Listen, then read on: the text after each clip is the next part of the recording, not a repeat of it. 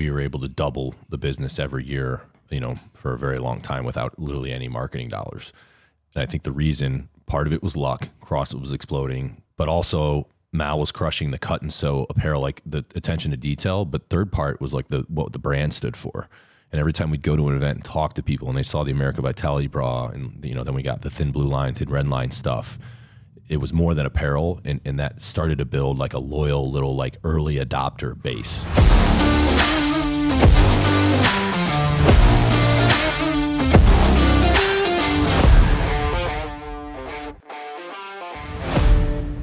All right. Well, thank you everybody for joining us.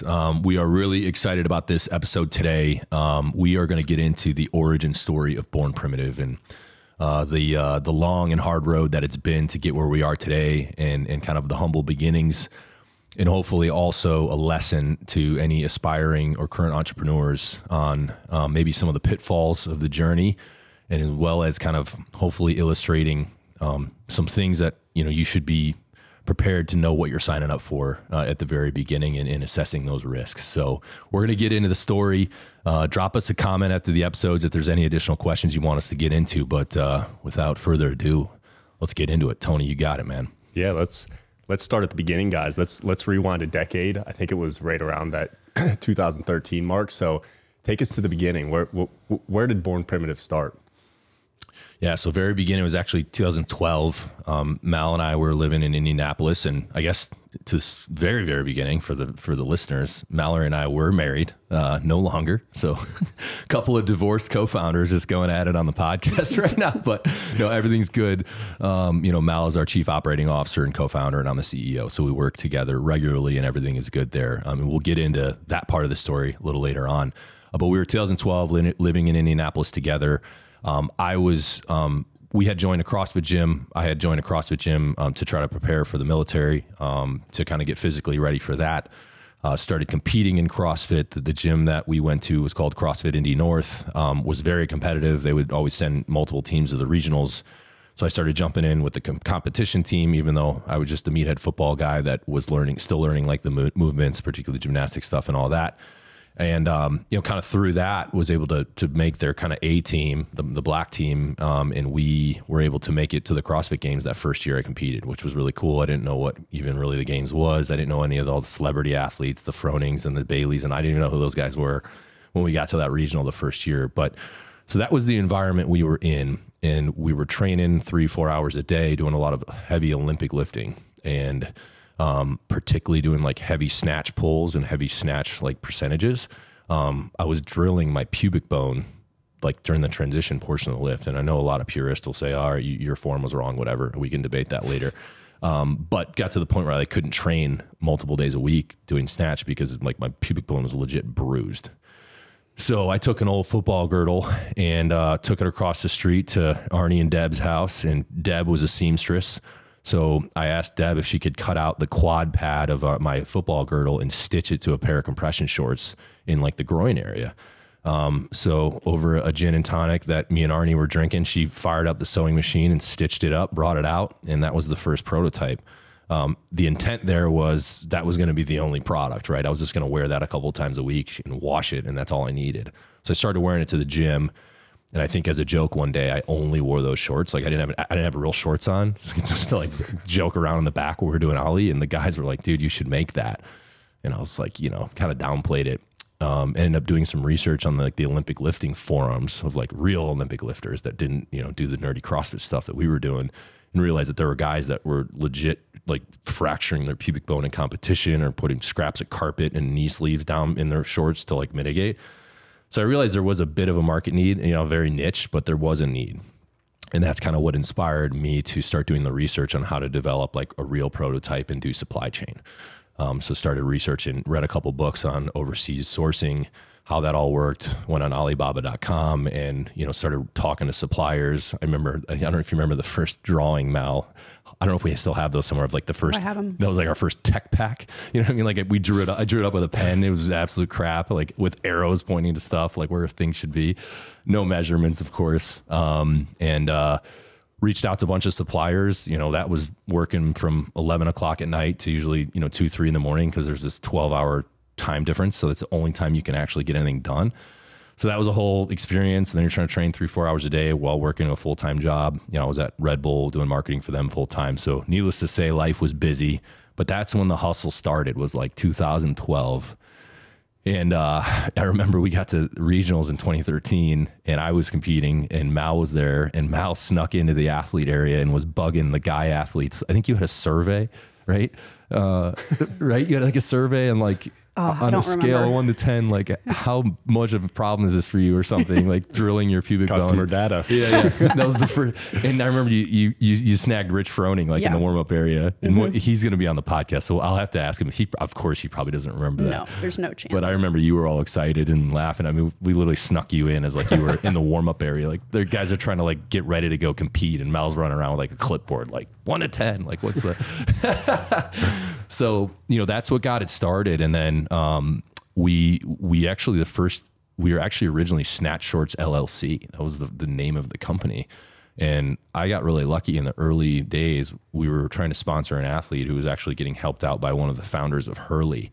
It was kind of like his business manager, but he was more just doing him a solid to make sure like the guy was, you know, doing good athlete deals. And we were talking to this guy, and he, on a phone call, he kind of asked me about the vision for Snatch Shorts LLC. And he was like, well, hey, it's kind of a weird name. Like, obviously people in that world will know what snatch means, but like, what's the bigger vision? I said, I mean, I'd want to build this thing into really big. And he's like, well, how are you going to do that with a name like that? You need to do something more broad, because you might want to do all kinds of stuff in the future you're not even thinking of right now. And in hindsight, like, what great advice. Yeah, the dude from Hurley. And I'm blanking on his name. I feel really bad. So that was kind of a freebie. So we went back to the drawing board and, you know, came up with Born Primitive, the name, kind of trying to tie it into the idea that, you know, you're way back in the day, thousands of years ago, you had to be like a freaking savage to survive. And while now we've all been domesticated with these modern comforts, we feel that there's certain instances where that instinct comes out. And for me, working out, playing football, like combat sports, like that all, like that's primitive. Like you feel that instinct again. So we wanted to, you know, come up with a name that we felt embodied that kind of mentality. Was it an aha moment? Did you guys land on it and know, or did it take some time for that to kind of bubble up? No, I don't, because we had a handful of names. So we worked with your brothers to finalize it. But I think once we came up with that, it was pretty instinctive that was the route we were going to go. Yeah, we had some foreign names. Like, we had some like Viking, like using like Viking, Norwegian shit. It was like cool, but like, you know, we were all over the board. Yeah.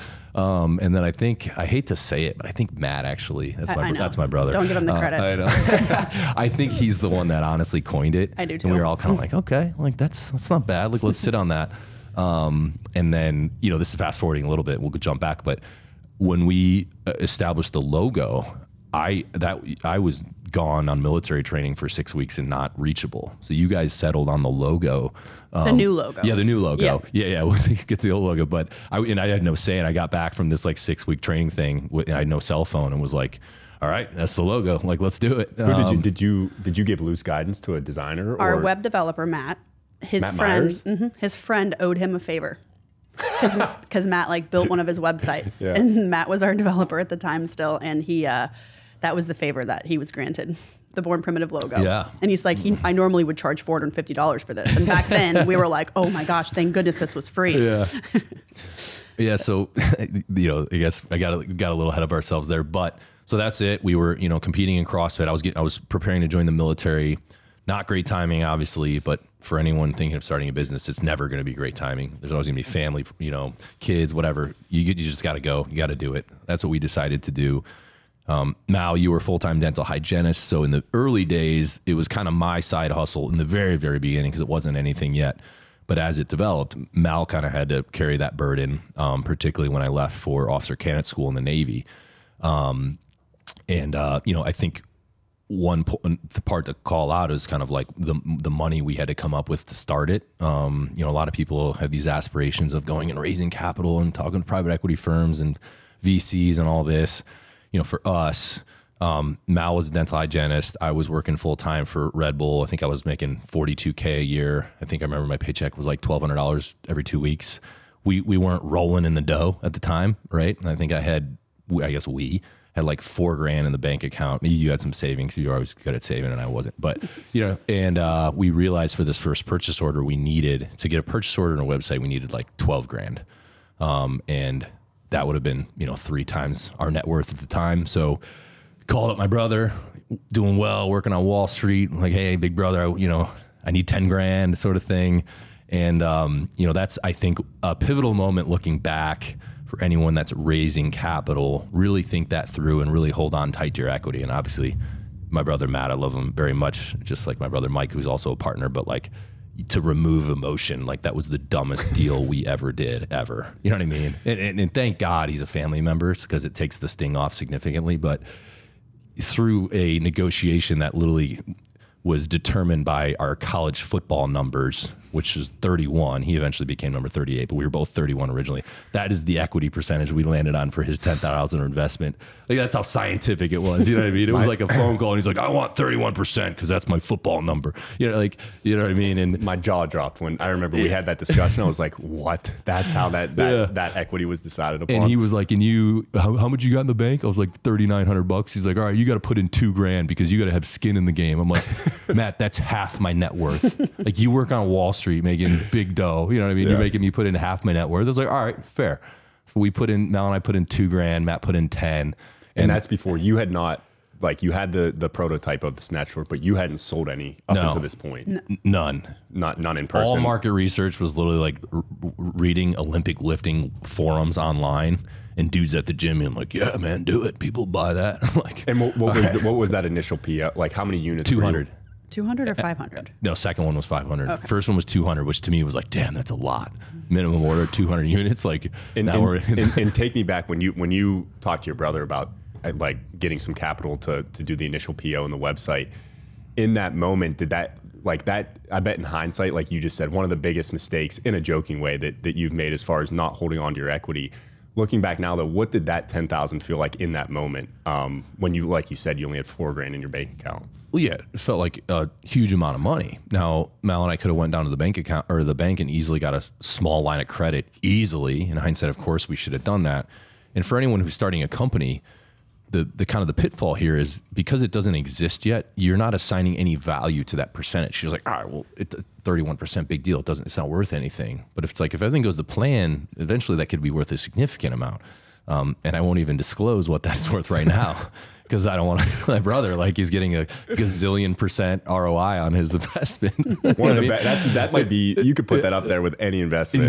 Insane. So that's how we came up with the capital. And the cool thing is, compared to a lot of our competitors in this space, and this is something, we don't talk about a lot. We try to stay humble, but something internally we're really proud of is like, we've bootstrapped this whole thing, right? Like we didn't go out and raise a bunch of private equity money. Like some of the brands that we've competed against that are in the same arena as us, like, I'll just call one out. They've done really well, but yeah, I believe Noble's raised over 100 million prior to this last deal they did. And it's like, they're bigger than us, but not that big, much bigger than us. And look at what we were able to do by bootstrapping this first 5 years, just me and her, you know what I mean? Solo, running it out of the garage in the living room. And you know what I mean? So while I absolutely give credit to that approach of raise money, grow top line revenue, this and this, like there are huge pitfalls to that from my perspective, because when you do that, you're making a deal with the devil. And now you got dudes in suits in New York calling the shots for your company. And that is not something we wanted to concede, because we wanted a Born Primitive to always stand for something. And what I've witnessed, just my opinion, when these brands do that, they lose their identity. They get diluted because a certain narrative starts getting pushed that's more of a corporate narrative. And we wanted to be more edgy. We wanted to be unapologetic. We were going to support the troops. We're going to support our first responders. We're going to embrace hard work, responsibility, not being a victim. And as soon as you start getting in bed, sometimes with those companies, a narrative starts getting pushed because there's other people telling you what you're going to do. And that is not something we were willing to sacrifice. So we said, no, we're going to do this our own way.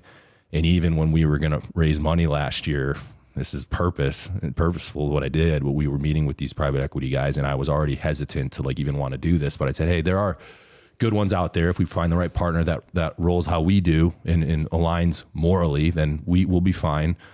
And I was making the decision, do I wear a long sleeve shirt to cover my sleeve tattoos, or do I wear short sleeve? And it was like an immediate decision. Like, I'm absolutely wearing short sleeves because I want these guys to see the Constitution, the flag, George Washington on my arm, so they know exactly who they're going to be doing business with. So there are no illusions on any narrative they're going to try to push if they're going to be, you know, investing in Born Primitive. And that was the first thing I said right off the bat in these meetings is like, hey, if we're going to go through a 9-hour meeting in this conference room right now, I want you guys to know right up front that Mal and I are still going to call the shots. Born Primitive will not lose its identity. And this is how we're always going to be as long as we're in the seat. Until you buy 100% of the damn thing, which ain't happening, this is how we're going to roll. Because that's why because customers have gravitated towards who we are. Obviously, we make good apparel, but it's more than that. And did you guys, in those early stages, were those values that you're speaking on, did you guys talk about that then, or did that kind of evolve as you picked up some momentum? Was it like, hey, who are we? Or in those initial stages, were you kind of developing your brand book and those values that you were going to kind of hang your hat on? I think from the very beginning, those were our values. I mean, one of our first shirts was "The Hungriest Man Eats," "Modern Savage." Release your inner savage. Release your inner savage. And then you're born small and weak, you die small and weak, and how you choose to be in between is your choice. Yeah. Ancient savage proverb. Yeah. That was the third shirt ever. Yeah, good memory. I forgot about that one. You know, to be honest, obviously, the companies that create good brands, there's almost like personality of traits you could assign to the brand as if it's like a human being. And you could, you know, go through the list of companies that have done that really well. For us, not being like savvy in the brand world, it essentially the brand was us, because it's like, how else could you create a personality? Just, you know, have that brand exude like who you are. For us, we're both from the Midwest. We're patriots. We've been both raised in hard work and sacrifice, and, you know, you only get what you earn. So that right off the bat, that was just natural. That was what the brand was going to be, because I wasn't going to create this fake persona that then we had to try to impersonate. So that, you know, it's just an extension of us. And that's, so yeah, from the very, very beginning, we didn't even have to discuss it. That's just this is going to be how we roll. Yeah, and I think it was honestly second nature. I mean, people ask me all the time, like, how did you get to where you are? And I attribute it all to hard work. I mean, we just worked our asses off from the very beginning.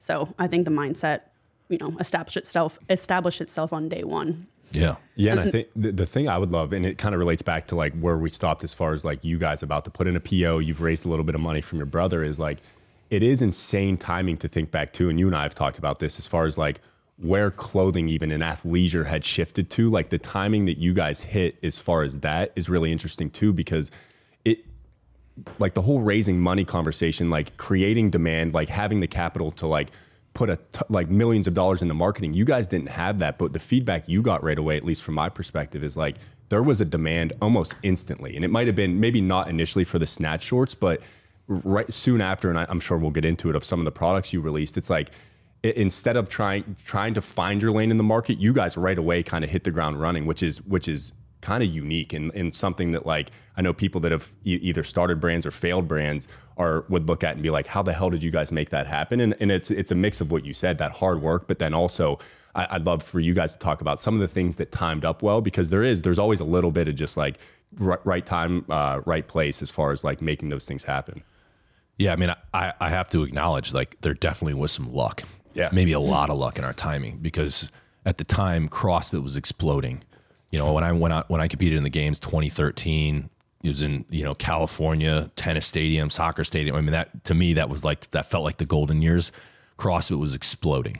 And we had just entered into that space. And the great thing about the CrossFit community is it's a very interwoven community. From a marketing perspective, that makes it very easy to reach the audience. Because if you reach one, you reach them all, because we all kind of roll together. You know what I mean? In a kind of almost in a dorky way. Like we all wear the same stuff. And you walk into a CrossFit gym, everyone's with the same accessories and this and that. It gets a little ridiculous. But for the space that we had entered, from that standpoint, it was perfect. And because we were members of that community, actively competing and participating in it, it was very natural and it was you know, organic. And we essentially grew as the sport of CrossFit grew. Now, I don't know. I mean, looking at it right now, if we had to start Born Primitive tomorrow with nothing to go off of, the journey's completely different. And I don't even know if it happens, honestly, because like, you know, we were cutting our teeth going to CrossFit event. We would pretty much in the early days go to every local competition in Indianapolis. It was like every weekend. A lot of times I was competing, sometimes Mal was competing, and we'd come back to the booth and work the booth in between heats. You know, we got chalk all over us and we're just trying to sling the t-shirts with the caveman logo and the snatch shorts and the, you know, the tri-blend hoodie, you know what I mean? Like the, you know, we'd sell like $400 and be driving the Jeep home like, hell yeah, like we killed it today. You know what I mean? I think our biggest event in Indianapolis ever, we sold $1,000. And I remember still, I think I think you were there, but it was literally a card table. Yeah. We sold $1,000, and I was so at that time, stoked. It's just the snatch shorts, and you guys have done what? Some t-shirts, yeah, some t-shirts and one hoodie. And the hoodie, the zip up tri blend. Yeah. And how did you, when you got the website up and running, were you trying to drive traffic to there as well, or is it mostly just kind of a back burner thing? Is that like, hey, we're focusing on events, we have a website up, but what was kind of your commitment to both of those? I'd say the website was priority. Events was more just how we would reach new customers, get out in front of people. And we knew a lot of people in the area. So a lot of the people that were shopping with us were our friends from our gym, other gyms that we knew. So, but I still say the website was the goal to succeed, but we were doing the events as an accessory. And did you hit like those first 200 snatch shorts? Did you catch fire right away with those? Because I know some products that eventually we'll get into that kind of like took it to a new level, but did those snatch shorts, did they hit right away? Given we didn't do any like real marketing, we didn't have digital advertising. Yes, I don't want to say it went viral, but it was such a niche need, but like such a unique need that we were fixing that like guys were talking to other dudes of like, hey, did you hear? And we actually had the Olympic lifter Dmitry Klokov like gave us a shout out. We actually sent him some shorts. Somehow he found out about these before they were even released, that we were in prototype phase. And I remember he DM'd, or he messaged, this was on Facebook. I don't use Facebook anymore, but he Facebook messaged me and I was like, holy shit. Olympic silver medalist for those of you that don't. And world champion, you know, just messaged me on freaking Facebook and is asking, could he get a prototype to test in training? You know what I mean? So we had a couple like, again, lucky breaks early, but those kind of just marketed themselves. And then when we started doing like, you know, the screen printed t-shirts and hoodies and stuff, that was more like selling at events. So yeah, it wasn't a super complicated like digital advertising effort. I'll put it that way. But I do remember, you know, we used to joke about this. We would get like the little PayPal cha-ching on your phone in the early days. You know, in the first like couple months was so exciting because you'd be driving in your car and you hear a little cha-ching like that. That means you got an order. You know what I mean? And obviously, eventually, we had to turn that setting off. But in the early days, that was really exciting to be like, all right, this is kind of a real thing. Like, oh, $46 order, like hell yeah, yeah. So what year then? So that takes the snap. At what year did you start to really expand into like what we call now the athleisure realm? It wasn't until we got out to California. So 2014 Central Regional happened. I remember we were at Cincinnati. Funny side story: we were next to Matt O'Keefe. He had just started Redline Gear. So for the OGs listening that are in the CrossFit world, you know, Matt O'Keefe, you know, prominent sports agent in the space, the CEO of Hard Work Pays Off, etc. Like everyone knows Matt, right? Well, Matt and we were all booth mates at the Central Regional in Cincinnati, and you know, we became great friends. He actually helped us out a ton. So Matt, thank you for everything you've done for us. But it's just so funny, like in the early days, I mean, that was the ground level, and O'Keefe was launching Redline Gear, and, you know, we were talking, but I remember, we left that. We didn't make it to the games that year. I think we got like 6th or 7th, so we didn't make the cut. But it wouldn't have mattered for me because I had to go to officer candidate school like the next, like 3 weeks later anyway. So that was June 2014. I went to officer candidate school in the Navy. And that's when Mal had to really shoulder a lot of the burden of Born Primitive in the early days. And did you, really quick to cut you off, was there enough momentum that it was even a question on whether or not you were going? Like, did you ever question like, hey man, maybe I should like not go into the military and focus completely on Born Primitive, or were you black and white? Like I'm going, there's no question there. No question. I mean, that was something since 8th grade, 9/11. I mean, it was happening. Yeah. No one, you know what I mean? And that's something I had been training for like 2.5 years, was obsessed with it. So that was happening. I would have regretted that my whole life if I didn't. But we just kind of went for it on the more primitive front, and it was kind of like, yeah, we'll just do both. You know, so I got to OCS, and I remember a guy before me had said, hey, if you want to get your phone, you have to become the class president. So like, you know what I mean? I was like immediately like, I have to have my phone because I can continue to conduct business. So like the first day you show up, they give you like a 2-minute speech in front of the class, and then they just do a quick vote, and like, you're the guy. I got lucky. I was the guy. So I got my phone. So I was able to continue to communicate with Mal at night. After 9 weeks. No. Phone right away. No. Everyone got their phone after 9 weeks. Because I had to communicate with our drill instructor and our RDC. So like me and the vice president were the only guys that could have a phone in the class. Everyone else, like it was like a banned item, all right? And it was only allowed to be for like communicating. But of course, like I broke that rule. Remember, I could get like 1 bar of service by the window in my barracks room, and my roommate would be like shining his boots for the next day and all this, and I'm emailing Mal back and forth about like suppliers and all this crap. But she, you know, you were doing dental hygiene full time, And then obviously we're doing that at night as well. So we were both kind of side hustling, but Mal, of course, was more available to take that on. And I remember the first lesson we learned is our second reorder of snatch shorts. So I think 200 units, first order, second one was 500. We're like, all right, let's up the ante. That's like we sold through. And the supplier chose to use like a different adhesive for the padding. And so they seemed good to go, but the first time you dried the shorts, the adhesive like crumbled, so the pads would all fall apart like in the little pocket that you know what I mean? So Mal starts getting emails like we're in crisis mode. So she's hitting me up saying, what do we do? And I think this was the reason I'm telling this story is because this is our first lesson in customer service, is that if you go out of your way to make it right with the customers, not only can you like mitigate that situation, you can actually win incredible loyalty. And I think Mal, what you did is I think you emailed every person individually, even before they had emailed us. Anyone who had bought some from the new batch and was like, hey, this might happen. Don't worry, no action required. We're really sorry, but we've already reordered. It'll be done right this time, and it's going to get shipped straight to you, no action required. And I remember the response from that, what originally was a really stressful event, was actually like, holy crap, that actually 180'd, because these people are super stoked and they appreciate our honesty. And obviously, Tony, as you now know, there's been a few of those instances over the last 9 years where we're like, shit, you know, we messed up a zipper or this and that. And we had to kind of almost do like a recall. And every time we've done that, it's actually reaffirmed that people are cool. And as long as you own it and are transparent.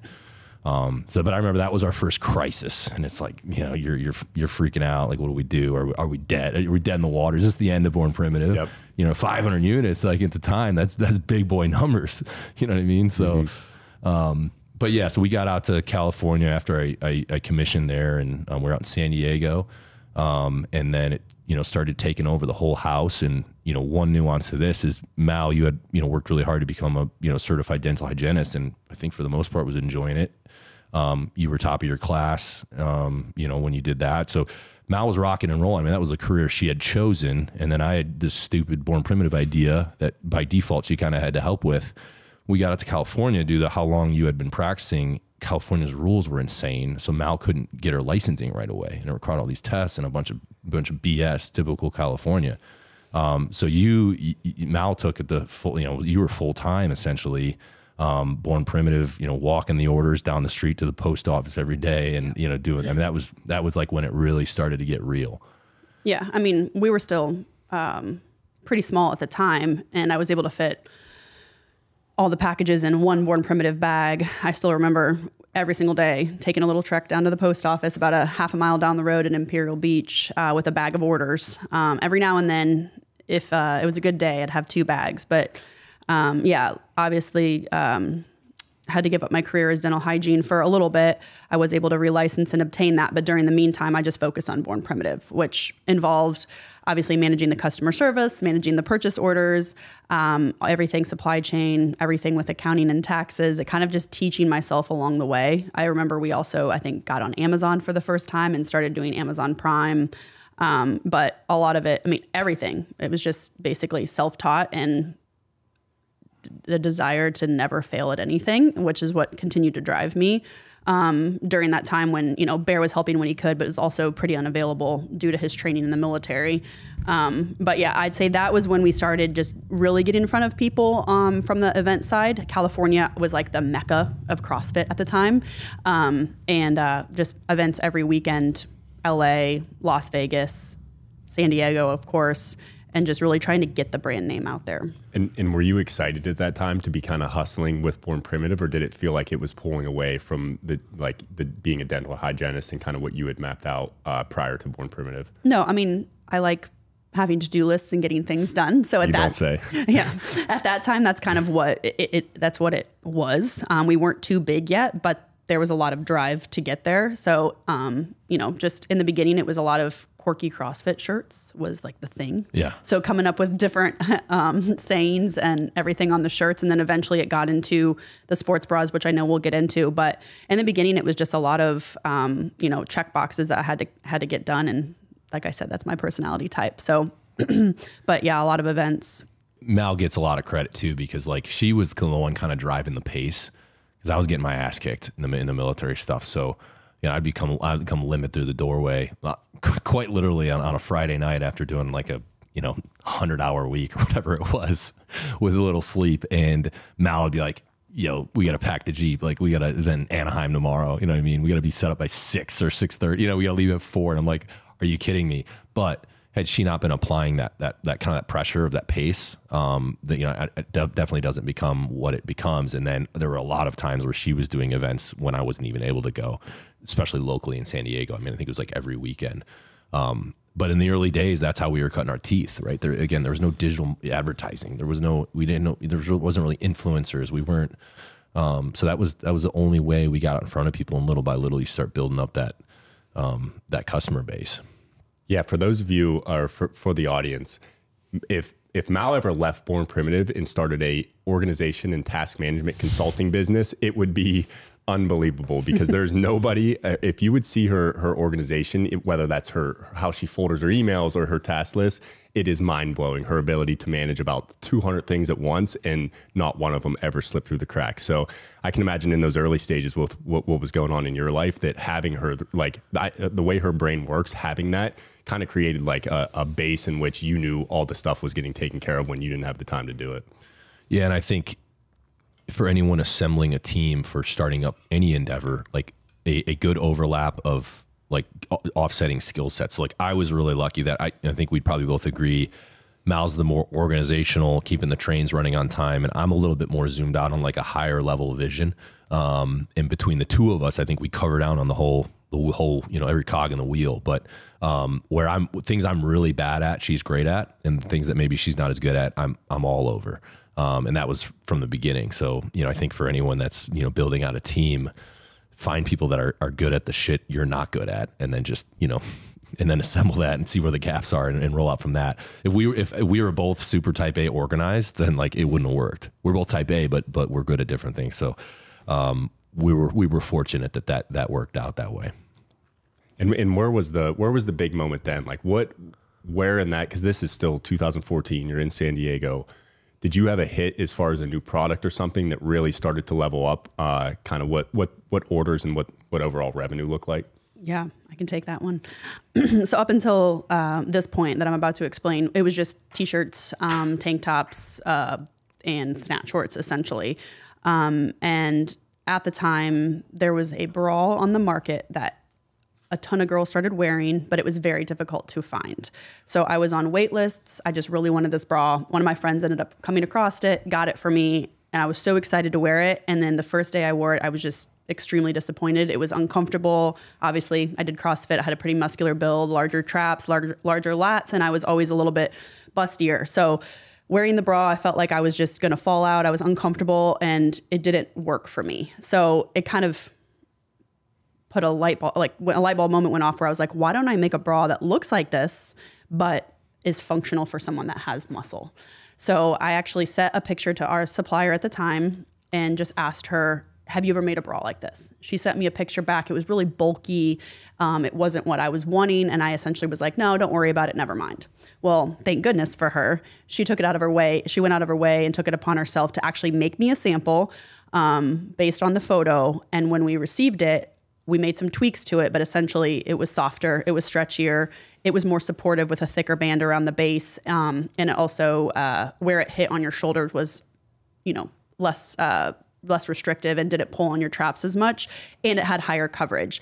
I wore the bra to the gym, kind of like Bear with the snatch shorts, with no intentions at all to actually develop that product. It was just for me to wear. And all of my friends, where'd you get that? Where'd you get that? Oh my gosh, that looks so nice. More practical than what else is out there. And eventually they convinced me to make the product. So we ordered 150 black, 150 purple, and 150 camouflage. And the camouflage was slightly delayed. And I remember I gave one of my friends, Steph, who ran Stupid Easy Paleo, gave her a bra.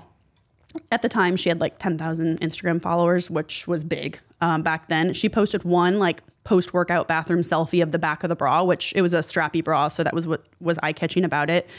And all of a sudden she messages me on Instagram and she's like, Mal, I posted a picture of the bra and all my followers are asking where to get it.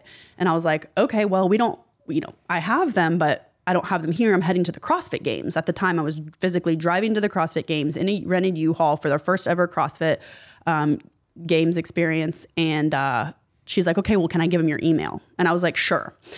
started getting like probably processed, not joking, and unsafe, do not recommend, 75 orders via email back and forth, sending people PayPal links to pay for these bras. So before we even got to the event. And this is why while you're driving the U-Haul. Yeah, so of course. You're driving with one knee on the I-5. Yeah, driving up to LA from San Diego. I mean, that's classic Mal. That's Mal. Right? Like, it can't wait 2 hours. Like, it has to happen right now. Do you know how much work I get done in a car? No, I'm just kidding. I've ridden with you before. I do know. Once again, highly do not recommend. We do not endorse this. No. Yeah, and before I even arrived in LA at the time, I had sold out of some sizes, and then we physically had the bra at the event and sold out of mostly the rest, except for a few odd sizes that weekend. So I think that was the light bulb moment for us, where we were like, "Holy crap! There is so much demand for a comfortable, functional sports bra that also is attractive." Up until then, I just wore like shitty racerbacks from TJ Maxx. You know, there wasn't a lot of stuff on the market that was functional and also eye-catching, and that's kind of where we started. That's when we started taking off. Yeah, and that was the light bulb moment of like functional cut and sew apparel is the game, right? Particularly on the female side. Like, you know, I think that's probably what 75% of our business still currently. And yeah, that was the moment. And that was our first CrossFit Games, I believe, right? Yes. And I remember that was a big risk at the time. We're like, you know, I think it was like $2,000, you know what I mean? Now it's way more, but we were like, oh man, do we do it? And finally we're like, screw it. And Mal went up with like one friend. I wasn't able to go. Box truck, just 10 by 10 tent, like slinging it. And, obviously, you know, then we kind of realized, all right, we need to do more of this. And then I think we got into the legging, or I think there was a capri, like short, you know, not too further after. And then kind of the rest is history on that front. So did those POs right away, like the demand was so good that did you very quickly kind of start to put in bigger POs for the sports bras and then the legging? Yeah, the legging we had actually ordered before the bras. That's how we introduced ourselves to that supplier, was that order. And then the sports bra was what kind of put us on the map. So from then on, we had, you know, received a new bra with this new fabric, and then we kind of reinvented everything we were doing around that fabric, because that was the highest quality fabric that we had at the time. So then we started doing shorts in that fabric, leggings in that fabric, and just expanding into those products. But yeah, I would say the Vitality Bra, launching it, is what kind of put us on the map. And then we started iterating off of it, and we came up with the America Vitality Bra, which I actually think was your idea. But basically an American flag sports bra. It wasn't a lot out there. And I remember the next year we went to the regionals back in our home area, Central Regionals. I think it was at the Nashville Regional. Yeah. No. It was Central, but it was in where Nashville. We met Bear Complex, but I can't remember. Was it in Nashville? Maybe. It was a Central Regional, and the America Vitality Bra was everywhere. And I think that for me was like, wow, this is super cool. There was teams of girls wearing it, individuals wearing it, and we sold out that weekend. And actually that's when we met Nicole and Trent, who are our current employees. They were at the event. They were brand reps, or no, they weren't brand reps. They wanted the America Vitality Bra, but we were sold out. So at the time, we took pre-orders by writing them down on a notepad. Super sophisticated. Actually, we took all order. We recorded all orders on a notepad back then. We didn't record anything through our website. A yellow legal pad, wrote down every order. And then you know what we had to do when you get back to the garage? We'd have to re-inventory everything. So you'd have to go through the list. No, every night I would go on the website and I would check out the products. I would put in the order as one order. Whatever it was. With the price. Yeah, we didn't have Whatever it was POS. ridiculous. Yeah. And then if someone wanted to pre-order it, you'd address, name, all that, and then half the time you'd get back and you couldn't read their writing. Is that a 6 or a whatever? And they're like, you're like, I don't know, just guess. You know what I mean? Or they, oh man, obviously we've learned a lot along the way, but Nicole pre-ordered that bra and I sent it out to her and she became a rep, and now she's been working for us for 5 years now, 4 years. And had you guys started, because you said like Nicole was kind of interested in being an ambassador, had you started a lot more? Because even when we said about like some luck, it's like, think about social media when it boomed. It's like it was around in 2013, 2014, but that's when, I mean, it exponentially started growing. So did you guys start to utilize things like Instagram and whatnot right away in those early stages? Yeah, we had an Instagram account from the very beginning, but it was obviously very small. And I do attribute a lot of our initial success to one of the things Bear spoke on earlier, but customer service. Once again, very type A, hated not giving anyone a response pretty much instantaneously. I remember still, I would wake up at like 2 a.m. to go to the restroom and check my email, and I would get back to people, and they're like, they're just, you don't find that a lot. You don't find it a lot where you get instant replies. So that was one thing that I think kind of established us in the beginning. And then the other thing I attribute our growth to was our brand ambassadors. We were not really that picky at the time. Anyone who had passion for the brand and wanted to wear our gear and represent us, we brought on board. And I mean, up until, we'll get to this, but up until 2018, we pretty much didn't spend a penny on marketing, but a lot of marketing was word of mouth. And it was word of mouth of people that we met at events and the brand ambassadors that we had that would just wear the gear in their gym and tell their friends about it. So a lot of our initial growth was from those people. Yeah, and I think one point to call out from that is like, we were able to double the business every year, for a very long time without literally any marketing dollars. And I think the reason, part of it was luck. CrossFit was exploding. The kind of the functional fitness apparel was like, you know what I mean? We were in the right space, but also Mal was crushing the cut and sew apparel, like the attention to detail. But third part was like what the brand stood for. And every time we'd go to an event and talk to people and they saw the America Vitality bra and, then we got the thin blue line, thin red line stuff. It was more than apparel. And that started to build like a loyal little like early adopter base. And that's why we're able to double, because then they wear it and then they're promoting it for you. They don't even realize it because they're telling their friends, hey, I ran into, this couple in San Diego, the guy's active duty, Navy, he's literally in right now and he's still working the big, they start telling those stories and before you know it, while it's not huge business, you start, getting small victories and before you know it, so I think that's a really cool point to call out is like, it's gotta be more than just the gear. And we made sure that was always a point of emphasis in everything we did. And how are you two at this time? I mean, you're in the military, this thing's starting to take off. Like how was your relationship, which like at the time you're acting like business partners, had you started to feel that pull away from like being married and that like what your relationship had been prior to Born Primitive to now, oh, this is a new arrangement. This is a new dynamic we're trying to figure out. Well, I'll give my side first. Well, there was two things at play here. One was, we were both from Indiana, close to our families, and I wanted to go do this Navy thing that I've been wanting to do forever, right? So there was that against me already, right? We're in San Diego. She doesn't really know anyone. Most of the women she had become friends with, they had all failed out. Like their husbands had failed training anyway. So like you didn't have a ton of friends, you know what I mean? So gave up my job. What's up? Yeah, gave up her job. So like I was already like kind of, I had a few dings against me already. And then, oh, by the way, there's this random little compression short I want to develop and like, I need help. You know what I mean? Like, all right, do it all, So, given the context of that, I think from what I recall, San Diego, we were still really focused on the business. And I don't think we had begun to like kind of like get, I guess burnt out. But I'd say there was very little like husband, wife. There was just all business partner, like especially how we were both wired. Like this is what needs to get done on the weekends. We're re-inventorying stuff in the garage and going to events and this and that. Like there really wasn't a ton of, break. And that carried forward and we could get to that. But, even when we would go on vacation, like even once we got out here in Virginia Beach, we went to Hawaii twice. And these were like, I think our only like real vacations ever. And just for context, like we would get up at 4 in the morning and work till noon in Hawaii so we could stay on business hours here back in Virginia Beach. And then we would like start the vacation day at noon. Right. And that was like non-negotiable. Like we didn't even have to discuss that. I was like, of course we're going to do that. Right. And you're going to bed at like 8 o'clock on vacation. Cause you got to get up at 4 to work. And to us, that was vacation, but it's like, we were so in a way like that was so fucked up, but that's what it took. And that, I think that example is pretty much a good summary of what our marriage was, you know what I mean? During the entire time. Yeah. But I don't know. What do you recall, Mal? Yeah, pretty much the same.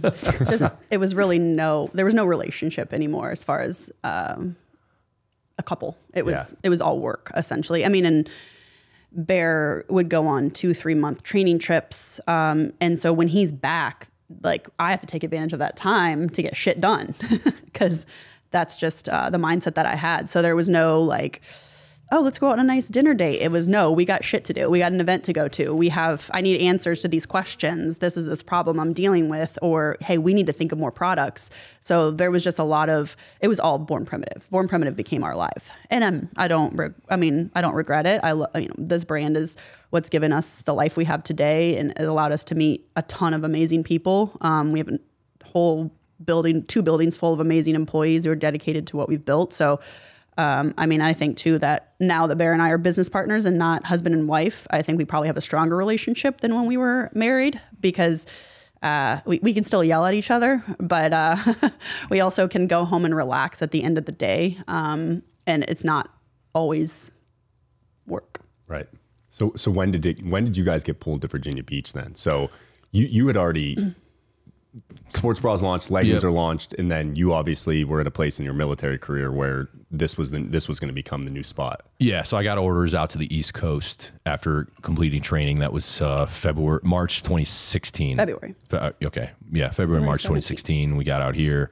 Mal flew out early, bought a house. I remember I walked into it for the first time at like 2 o'clock in the morning after driving across the country, and I was like, oh, solid, like, cool, good pick. I actually came out in November and I looked at 26 houses in one day. Oh, not joking. She said I found one. I was like, all right, I trust you. Where was it? Yeah. Where was your initial spot? In the Kempsville area. Okay, yeah. Yeah, I looked at 26 homes in one day. I found 2 that I liked. I went back to the next day and looked at those 2. Passed up the one with the wine fridge for the one without carpet. Wine fridge will get you, man. Yeah. It's a good feature. Yeah. So yeah, we got out here, and then I was immediately kind of in, even more heavy training with the unit I was with, and that's when I think by this time it's a real business for sure. You know what I mean? And we were still in our house, so it took over the whole house. Every guest room, boxes to the ceiling. The garage was our fulfillment. So we had, shelves everywhere, packed to the gills. I remember like you'd have to go find like a extra small 5-pack, and I'd be like, Mal, where is it? It's like, it's in the back corner. And it's of course like, there's like 8 boxes stacked full of sports bras. And it'd of course be like the first box. You'd have to literally climb over boxes to get to it, and then move 7 boxes and find it was a mess. Eventually, as in your first spot, we moved into that warehouse. That was in July of 2017, which was when we hired our first employee, Jen. But essentially first 5 years, it was just me and her. And even customer service, if you ever contacted us before July of 2017, you spoke to the co-founders. That was the person answering your emails. I mean, after that too. No, well, yeah, but then obviously Jen helped. Yeah. I know you chime in sometimes. You shouldn't. And then we a first employee, and then that's when we took the leap of moving into the 4,000 square foot warehouse, which isn't very big, but for us at the time felt massive. We were like, this is holy crap, 3-year lease, 4,000 square feet, like this is crazy. I remember walking into 1,000, 2,000 square feet spaces, and we get to the 4,000 square feet space, and you're like, I think this is too big. And I was like, I'm going to fill this thing in a year. And sure enough, we moved into the one next door for 8,000 square feet. Took the sister unit shortly thereafter. And then we started, having employees, and, where does that take us to? Is that around 20? Well, 2017 in July is when Jen came on and we moved into the warehouse. And I think we expanded into the second space and opened the gym in 2018. And then. And was hiring your first employee, was that like something that took a while to get to, or did you just reach a point where it was obvious, where like, hey, I have to have somebody? Yeah, I mean, at the time we had a custom apparel program that was booming. We had a wholesale program that was booming, and obviously just the regular website. And then you add in product development when you have issues with products like we had with the Vitality sports bra, dealing with that, which was a lot of headache. The customer service side, the tax and accounting side. So I was, once again, Bear was active duty in training. So I took, I was working around the clock and started getting to the point where I felt as if I was like losing my own life. I didn't have any downtime. I don't think I went on a vacation for years because no one else was there to ship out orders.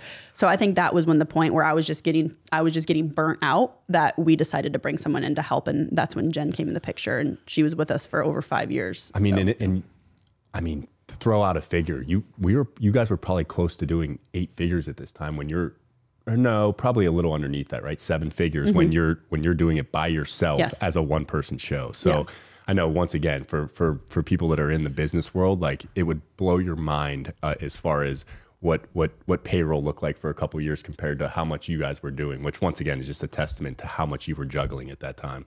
Yeah, our net operating margin must have been like 60%. Payroll was 0.05%. Well, we didn't even have payroll. Here's the thing. Here's the crazy part, and this is kind of another zoomed out point for aspiring entrepreneurs, is like one, I think I didn't collect a salary until after you, because obviously I was getting a salary from the military. But I don't think you started making a penny for what, 4 years in? At least, yeah. Right? And I think that's the thing, you know, and this is never malicious by the people that I talk to that offhandedly say things like this. But I think, Tony, we talked about in previous podcasts of like, oh, the must be nice comment. Mm-hmm. And I always try to I never respond. I don't get amped up in front of these people, but when I hear that, or even secondhand, I get fired up, because it's like, oh, must be nice. All right, dude, let me actually break this down for you. Everything that we had to do to get it to where it is. And the thing is, and thinking back on this, at the time, I don't think we had comprehended this, but I think the stats are 92% of startups fail. And we had put in, by that point, 4 or 5 years of our lives with no certainty that any of this was going to amount to anything. We hadn't made a penny off of it. You know, the business was technically profitable, but since we're bootstrapped, you put all that money into the next year, right? So you're never actually making money. Mal wasn't getting paid. I wasn't paying I wasn't getting paid. We were living off of one salary. And after all that, working weekends into the night, stressed out all the time, 5 years could have gone by and it could have went up in smoke, and we would have had nothing to show for it. And that is the biggest risk for entrepreneurs. And I think anyone that is going to start something, you really have to assess that risk, where you are in your life, and what your risk threshold is. You know what I mean? Because there's this delusional fantasy that it's this romantic thing, and start up and be your own boss and this and that, and do cool trips. And it's like, all right, maybe a small percentage achieve that quickly with very little inertia. But for the most part, anyone that has been on that journey will tell you it's a freaking grind. You sacrifice a lot of your own freedom and personal enjoyment. You could be out getting beers with your buddies, and instead you're emailing suppliers from your laptop at 10 o'clock at night on a Saturday night, right? With your spouse right next to you doing the same thing, right? So, that's something when I reflect back on, it's like, man, we got after it. We went hard with no, really low probability that it was actually going to amount to anything. And thank God we were tunnel vision enough to not really realize that. Yeah, I think we were just so determined, there's no way that we will allow this to fail. But in reality, there's a very high probability it should have failed, and it didn't. So I guess that's my my caveat to anyone being like, oh, born primitive must be nice, this, that, or oh, you guys in your business must be nice. Anyone that has gone on that journey knows exactly what I'm talking about. And anyone who's about to start that journey, know what you're signing up for. Talk to your spouse about it. Make sure they know what they're signing up for, particularly if you're going to involve them. And I guess tread carefully. And Mal, throughout that process, were you able to smell the roses at all? And this is Bear and I just did a full podcast on this. Did you have moments as holy shit, this is working, we're growing, where you were able to step back and be like, this is awesome? Or was it just you're grinding so hard that it's hard to kind of remove yourself and even think in that capacity? Yeah, I mean, even to this day, I don't really get too many opportunities to do that. I think the most recent one was the Virginia Beach warehouse sale. I just walked in there, and Jill and Nicole, 2 of our employees, set up the whole thing and just created this awesome event, this local event. We had probably 30, 40 of our employees on site. And it was just a really eye-opening moment where I was like, holy shit, 5 years ago, I was doing all of this by myself in a 2-car garage.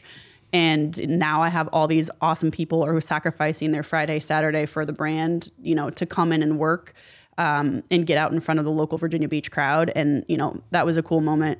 But I don't have a lot of those. It was always just head down, work hard. But when you do get to reflect and just look at, where we started and where we get to, it's pretty cool. But Bear can probably speak to this. There's not a lot of time to do that. All of us here are wired pretty similarly. We all just put our heads down and work hard and get our shit done, no matter how long it takes, how many hours you have to work a day. And I think that's part of our success too. Not only Bear and I have that mindset, but yourself and every other person that steps in this door has that mindset, which is, it's pretty cool and pretty rare to find. When it almost gets more complex, it's not and once again, Bear and I talked through this, it's not like you make it through a chaotic phase, at least in my time here as well. It's you don't make it through a chaotic phase and end up at this rosy spot. It's usually the problem set just changes. So then it's just another unique set of problems. And I can imagine one I'd love to hear your guys' thoughts on is kind of the employee one. once again, there's a almost a gratefulness that I know you guys have for like, hey, we're able to provide jobs, we're able to provide a workplace for now 70 plus people. But what does that feel like from a responsibility standpoint too, of like, hey, this is their livelihood now? What has that kind of felt like as you've went from one employee in 2018 to now, like I said, 70 plus?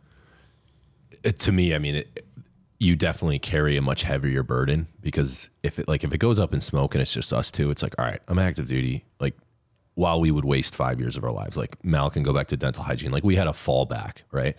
Whereas now we have like 70 employees. It's like, all right, if this were to implode tomorrow, there's families, lives that are going to be affected significantly, you know, benefits, health insurance, payroll, of course, you know. So that kind of weighs heavily on me, particularly as it's time to make bigger decisions. You know, all the decisions are very similar to what they used to be. There's just maybe a couple more zeros tacked to the back of it now. So it's obviously it's just that much more riding on it. And there's no one to go to be like, hey, you know, of course you can, you know, of course you and I and Mal, like, you know, there's other people I can get opinions on, but ultimately it's like, it's Mal and I's call. And if you make the wrong call, like, everyone can be affected. So that definitely, you know, and also dealing with problems. When there's two of you, the problems you deal with are way less. Now you have people, and I love our employees, but and no matter what organization you're in, there's always going to be personnel issues, right? There's egos, there's, you know, this and that, and you know what I mean? That's just now 30% of your day is dealing with those things. And that doesn't show up on the stat sheet. That doesn't make the top line revenue go up. So anyone who's built something like that knows what we're talking about. And when it's just her and me, and we can just argue in the living room and figure it out, that's one thing. Now you got HR, you got this, you got that, you know, and it's like so yes, great point. The problem set does evolve, and you never reach a moment where you're like, all right, we've solved every problem, we're good now. If you're a founder or a senior leader, like, all you're doing, you feel like is solving problems. It's just, you know what I mean? So, and what advice would you guys give? Because I've watched, I mean, myself have been a part, but then also watched you guys evolve as business owners and founders. What advice would you give to somebody either in a leadership position or a founder or somebody looking to maybe create their, or start a startup, as far as like dealing, how do you best evolve with that problem set changing over time? Like, now that you have some time in the trenches on that, is there any advice you'd kind of give as far as making sure that you evolve along with your business? Mel, you want to take that? Especially the people issues too. Like, that's a great one, because that is that's completely different from like operations, where it's very black and white, very objective.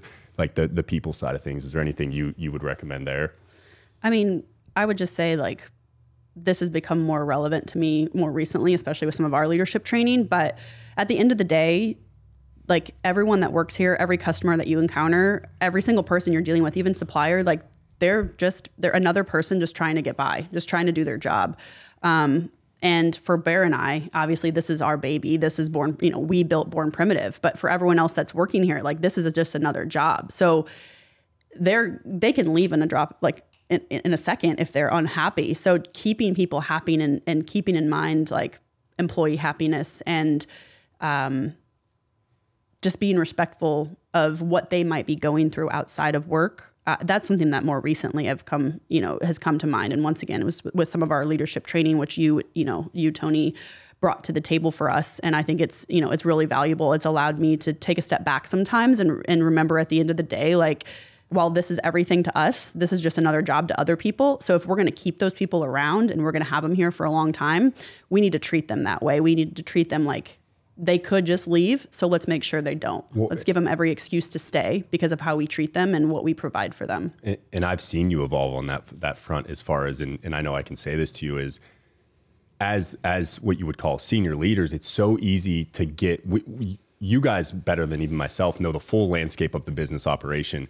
And it's very easy to start, and this is something Mal and I, or you and I talk about a ton, is like, it's easy to start to objectify people and suppliers and things like that, where you know why you're telling them to do something, or you know why you're treating them in a certain way, but you've almost dehumanized them in a way where it's just like, it's only for the business objective. And like that, like, the intention there isn't malicious. It's not like you're doing that to purposely dehumanize them. You're doing that because you need to get shit done on the business front.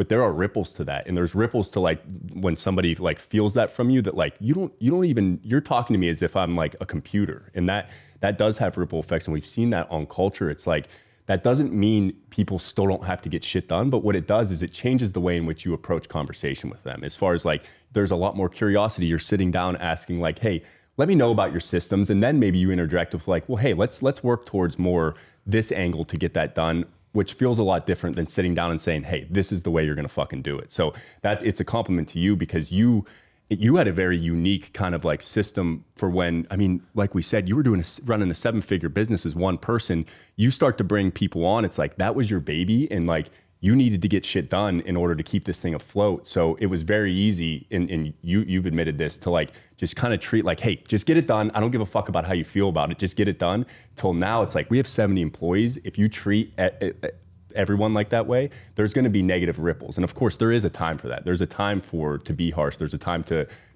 kind of have to like be a little more aggressive with what you're delivering. But yeah, that's something I've seen you evolve a ton on, is your ability to kind of like take a step back and treat people as people. Yeah, and I think as founders, one of the hardest things to be able to do as the organization grows is conceding the tasks that you used to do, because at one point you were the master. Yeah. You were the subject matter expert on that topic, whether it's shit, creative, email marketing, this and that. I mean, Mal and I, we were the creative team, right? We used to do the product photography in the back bedroom in San Diego, and with what was an iPhone 4. She was the model. And she was the model. I was the model. Yeah. And we had this, we learned how to Photoshop the wall out and put it on a white background. I remember there was one, you were like super tan and you'd like tan lines, and like people were commenting like, what the hell? You remember that one? I think it was the camo vitality bra. Yeah. But you go from literally doing everything, and then little by little you have to start giving that up, of course, because you have to. And it's really hard because you're holding on really tight to it, because this is your baby. This is, you know what I mean? And all those years you put in when no one even existed yet, and they don't know that, you know what I mean? They don't really truly comprehend like what we went through to get it to where it is right now. And you don't need to be the one obviously sitting back telling war stories all the time, but at the same time, I think perspective helps. But to be able to concede that, and I think we've gotten better at that. I still have moments I catch myself, like, obviously like our creative team is freaking awesome. Like Barry and the team back there, like they're a gazillion times better than me on that front, but I'll even occasionally have to interject, like, oh, can we move that font over? Or can we make it a little smaller? And it's like, I got to stop. Let those guys do it. Even with email marketing, I used to mess with email subjects and stuff. Now Leah's all over it. Like they're killing it. So it is hard though. It's unnatural to be able to concede that, because you feel like, you're still the OG, and you want to get in there and roll up your sleeves and be like, oh, let me help you with that. And it's like, no, you need to be worrying about the bigger shit. Yeah. Yeah. So, I think it's powerful to see, like, I know I 100% have done the same thing, where you've done it for so long that, hey, this is the way it's done, but you suffocate growth at times too, where like certain employees, and Barry's a great example, our creative director, where when you start to loosen the reins, you realize like, oh shit, I did know a lot, but we're evolving as a business too. And this person, when you kind of like take a step back and say, hey, you got it, all of a sudden you're like, oh shit, they saw stuff I didn't see at this new level we're at. So yeah, that's the delegation aspect of like, I mean, anyone that owns a business, I'm sure, can relate to that. And I've seen you guys get better and better at kind of that aspect, which I know personally as well is extremely challenging. Yeah. I mean, I still find myself doing things I shouldn't be doing, because I know I can just, get it done really quick and do it exactly how I want it. So there's still days where I have to be like, no, you have bigger things you have bigger fish to fry than, deleting these collections or editing these product names. You just need to reassign. But when you do start letting go of those reins and giving the employees the ability, like the freedom to do those tasks, it's a breath of fresh air. Yeah. At times you're like, oh my gosh, an entire marketing campaign was finished and I didn't have to interject and it looks badass. Like, it's nice. It's nice to get to that. All right, everybody. Well, that concludes part 1 of the brand origin story. There will be part 2 coming out shortly. So stay tuned, and I hope you enjoyed that.